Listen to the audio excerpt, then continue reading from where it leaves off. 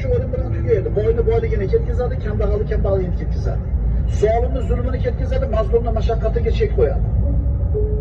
Huzur halovatdagi kayf safoda yashayotgan odamni mana shu narsadan olib ketadi. Shuning uchun tez-tez o'zingga uni eslatib tur. Undan keyin sen boradigan, inshaalloh sen boradigan jannat o'zingizga. Birodar, bir kun tug'ilding, bir kun ketasan. Seni hayoting safar. Tug'ilish degan bekatdan boshlandi safaring. Qabr degan bekatdan tugaydi.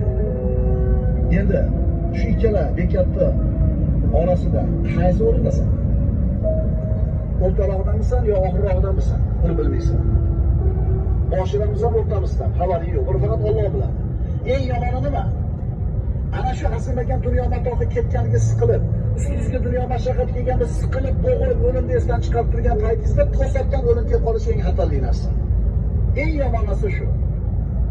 Bir solih kishi aytadi, agar menga bugun kechki paytga borib o'lasan desam, amalimga hech narsa qo'sha olmayman deydi. Nima degani bu?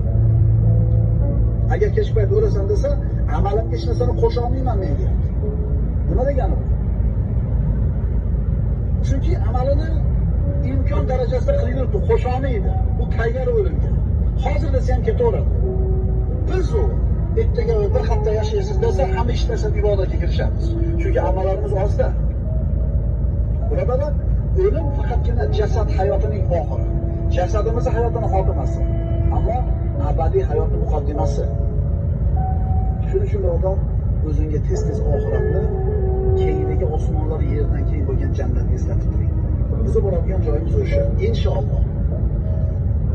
Jannatga